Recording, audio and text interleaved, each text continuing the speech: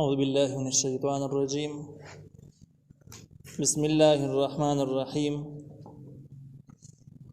يا بني آدم لا يفتننكم الشيطان كما أخرج أبويكم من الجنة ينزع عنهما لباسهما ليريهما سوآتهما إنه يراكم هو وقبيله من حيث لا ترونهم إنا جعلنا الشياطين أولياء للذين لا يؤمنون. سورة الاعراف 27 نمبر آیت. په دې آیت کې الله تعالی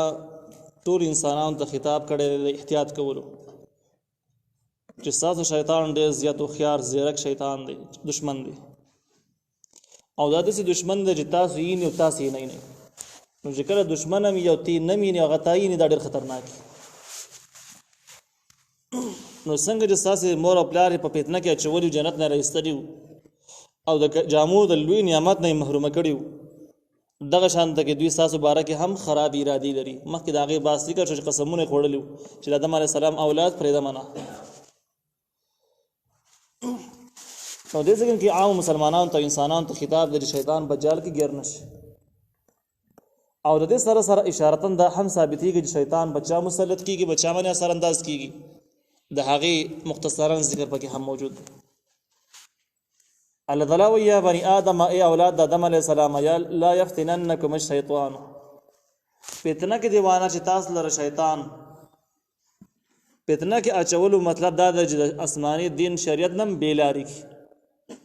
د تقوا او د پرهیزګارۍ هغه لوی نعمت هغې نه محرومه کی. کما اخرج ابویکم من الجنه، لکه څنګه چې راایستلي دي ستاسې مور او پلار د جنت چې هغه آدم علیه السلام او حوا علیه السلام دي، او بیا راایستل هم داسې راایستل چې ینزع عنهما لباسهما، ویستل د هغې دواړو نه کپړې د هغوی، یعنې داسې عمل یې په وکړه چې د هغې په وجه باندې د کپړو نه هم محرومه شو. لیریهما سوآتهما، دې دپاره چې وښیي د دواړو ته عورتونه د دوی، او د یو شریف حیاناک انسان دپاره دا لوی مصیبت وي. انه یقینا دا شیطان یراکم یني تاسو، هو دا شیطان و قبیله او د دې لښکر. قبیله چې کوم ده، قبیل دا جماعت ته ویل کېږي، ډلې ته ویل کېږي. داسې ډله چې د هغې افراد مختلف قسم وي، د یو نسب او د یو خاندان سره تعلق نه وي، بلکې د مختلفو ځایونو نه راجمع شوي او د هغې نه یو سیلاب جوړ شوی، هغې د قبیل وو. او چې کله د جماعت د یو خاندان سره تعلق لري، نو هغې ته بیا قبیله ویل کېږي. نو قبیله او قبیل کې فرق دا دی چې قبیله د یو خاندان والا خلک او ډېري، او قبیل دا ډېر خلک خو د یو خاندان والا نه وي. نو دینه معلومه شوه چې شیطانان چې کوم دي دا یو خاندان والا نه دي، دا یوازې د ابلیس اولاد نه دي،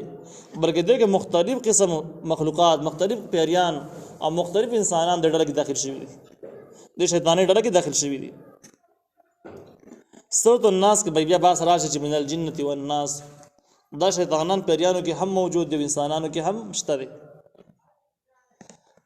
نو الله تعالی وایي انه یراکم، یقینا دا شیطان یني تاسو،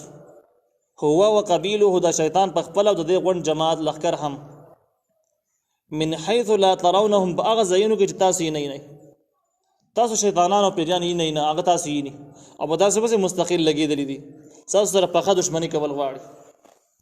مخکې موږ وویل چې بیا دښمن هم یو دښمن داسې خطرناک دښمن چې ښکار هم نه، دا نور هم پسې خطرناک شي. دې ذکر کې وایي چې حیث لا ترونهم، هغه ځایونو کې چې تاسو یې نه. نو دا عام عادت او عام دستور داسې دی چې سړی پیریان او شیطانان لیدی نشي عام طور باندې، دا عادت په اعتبار سره. لکه په دې معاشره کې، په دې ماحول کې به ډېر شیطانان یي، خو موږ ته ښکاري نه، موږ یې نه. نور کله کله لیدل چې کوم دی غره دی مخالف نه دي، ځکه د پیري تعریف دا دی چې جسم ناري یتشکل باشکال المختلفه، د یو داسې مخلوق دی چې د اور نه پیدا دی او قسم شکل یې راوړلی شي، مکمل ځان غیب کولی شي او مختلفو شکلو کې راښکاره کېدی هم شي. دغه شان ده کې په سورۃ الجن کې به بحث راشي چې نبي علیه السلام سره باقاعده ملاقات وشو، خبرې اترې ورسره وکړلې، او په دې کې ځینې واقعه داسې دي چې نبي علیه السلام ته اور رانږدې کړو، اور یې ته مخامخ. نو دغه واقعه کې شیطانان چې دي نو پیریان دا نبي علیه السلام په خپله باندې ولیدل او ډېرې خبرې ورسره وشوې، دعوت یې ورته ورکړو. په دې کې ځینې پیریانو ایمان راوړی دی، او بیا هغه تللي د خپلو جماعتونو ته، خپلو قبیلو ته تللي دي، هلته کې دعوت یې ورکړی دی. او دغه شان د کې هغه واقعیا سوت جن کې به راشي الته به ذکر شي دغه شان د کې دا شکل بدلای هم مختلف شکل نه راړي لکه په مولانا شفاعت تنویر رحم الله په اعمال قرآنی کې لیکلي دي د شام یو واقع لیکلي دا کم چې د یو تابعی په حواله سره لیکت چې په شام کې د یو د کورونو او خلکو به د بکرای باندې تاجران لور کول کله به تاجرانو قافلې رالي بکرای باندې به کورونه خستل یو کور په کې داسې و جګه چا بکرای نه غس شړ به پروت دروازه طالب ته پرتی وي نو یو تابعی دغه تابعی حواله ورکړي د جته وي چې ځکه له شام ته لاړم د سټیم ورسېدلم چې خلکو ټول کورونه په کرای نیولي او خالي کورونه نو ما علاقه کې تاسو کې چې خالي کور خو چاته نه معلوم اگر چې کرای سیوا زب سیوا ورکم خو چې ما د کور میلاو شي چا ورته ویل خالي کور شته خو هغه کې ته اوسېدې نشي او سوګستانه کرای هم وانه له ډېر خطرناک کور دی هغه ورته ولدي کې چل پکې دی ولدي کې پیریان پکې دی د څه قبضه په لګول چې ایسو پکې شپه نشي کولای وجني دی عالم ورته ویل چې بس مال په کرای باندې را کې خیر زبو سره ګورم خلکو ته ویل کرای ته موږ بخری د خو ته پکې ستر وش په وکړه چې ته پته وريږي د عالم وې زر عالم او بس په دې کور کې ما شپه شروع سامان به کې خو دو او په دې انتظار هم د شیخ سچل خو بکیږي نو ایخ ناس وجوټیم وشنه یو بلا یو شکل روان شو داسې شکل وو داسې یو غټ سیز روان د سر یخته یخ پوري ځان پکې پټ کړه د یو هیبت شکل جوړ کړه د يروري لپاره نو دا وایي چې کله ما دا شی ولیدو زه به دې پوه شوم چې په دې باندې دروازو چې راغی دا پیریان دي بل څه نه دي نو ما آیت الکرسی شروع آیت الکرسی او حامیم سجده چې کوم آیاتونه دي نو احادیثو کې دي چې دا کوم ځګن کې ویل چې هغه ځګن کې پیریان ټینګې دي نشي پیریان کدا ځان ټینګې نو سوځيږي دا پیریان څومره چې پټ دي خطرناک دي د څه دي نه د ځان ساتلو طریقې هم ډېرې آسان دي ګرانې نه دي دا عالم وایي چې ما آیت الکرسی تلاوت شروع چې کله ما آیت الکرسی شروع کړل نو دغه پیری هم زما سره سم د آیت الکرسی ویله چې ما به کوم آیات وایو کوم الفاظ به ما ویل هغه به راځي د سم لګیاو دوه وهل به وې زین نورم ویره ولما و چې کله دې ذکر ته ورسېدم چې ولا يؤوده حفظهما وهو العلي العظيم نو دې الفاظ باندې دغه پیری تلفظ بیان نشه کولای او دې فساو شو چې کله دې فساو شو نو ما د الفاظ دوه درې پیری ویل چې دریم پیر ما ویل نو دې پیری ولمبا وکړه یو چغه وهله او لمبا ته چته شوله او دا غینه بعد دا شی غیب شو ما ونل بین شکل او نی आवाज و سحر پر زئی خو سحر زور لمو دغه زګین ته نو بس ایره پرتا و شی سوزیدل دغه نه معلومی کې دا شکل کړه شکل بدلای هم بدل شکل کې راځي د دې باندې تفصیلی مضمون د پیریانو د شیطانانو باندې تفصیلی مضامین چې کوم دي وقایت الجن من وقایت الشیطان وقایت الانسان من الجن والشیاطین دا پیریانو بارکه تفصیلی کتاب دی دویم چې کوم دی الصارم البتار بالتصدي للسحرة والاشرار دا د پیریانو شیطانانو بارکه تفصیلی مضمونونه کې موجود دي دا څنګه شی دی دا څه کارونه کوي دا چرته ګرځي دا څنګه اثرات کوي دا څه شکل اختیارول شي او دا انسان په کم ټایم کې خرابول شي کم ټایم کې نشي خرابول نو دغه دشمن بارکه تفصیلی معلومات دي او دغه ځان ساتلو هغه تفصیلی طریقې په کې هم موجود دي چې دغه سره په الحال موضوع دي نو الله تعالی وی حيث لا ترونهم باغ زاینو کې تاسو نه اکثر نه کله کله به ومني په خو بل شکل کې ان جعلنا الشياطين یقینا من ګرځول شیطانان اولیاء للذین دوستان د هغه کسانو د پاره لا یؤمنون چې ایمان نه راوړي یعنی د شیطانانو اصلي تعلق د کافرانو سره دی کافرانو سره په خې انډیوالای دي مضبوط انډیوالای دي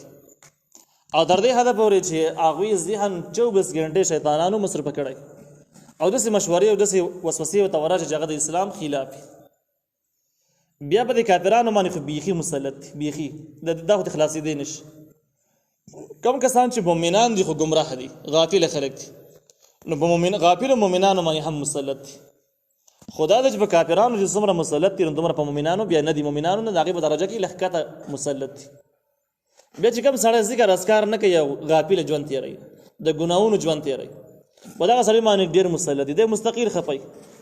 ډیر خلک د فریاد کوي چې یاره زما د ټینشن د جمال خوب هم ناراضي دغه ټینشن چې چاته لګیدل نو ته په دې پوښتنه دغه پیری شیطان په مسلط شوی او را سړی گمراه او بیلاری سړی نو دغه کسانو ته پاره چې کړه د مانځ په وخت نه منځونو د ګناهونو د پاریز او د ذکر اذکار ترغیب ورکړه تلاوت ټیک په ټینشن ختم شي دغه بیماری به ختم شي خوب به مل بټیم راځي او دغه غم به نه دغه خوب ګولې به بیا نه خوري نو دغه کسان په داسې شیطانان بچا مسلط کیږي اولیاء للذین لا یؤمنون هغه کسان ډېر مسلط چې کوم کسان کافران دي ایمان نه راوړي او چې کوم گمراه دي پاغي باندې مسلط دي ولکه کته درجه کې دا غین لګ راکته نو دینه معلومه شو چې کوم کسان کلک مؤمنان دي یعنی هغه د الله تعالی په کتاب باندې پورا یقین دی ورته زده دی تلاوت کوي عمل کوي نو دې بدوی کتاب کې احادیثو کې د شیطان ټول منسوبي درج دي هغه د شیطان منسوبي بیا هم پیژني دا غین ځان هم ساتل شي نو بدغه کسانو باندې د شیطان اس لاس هم نه رسیږي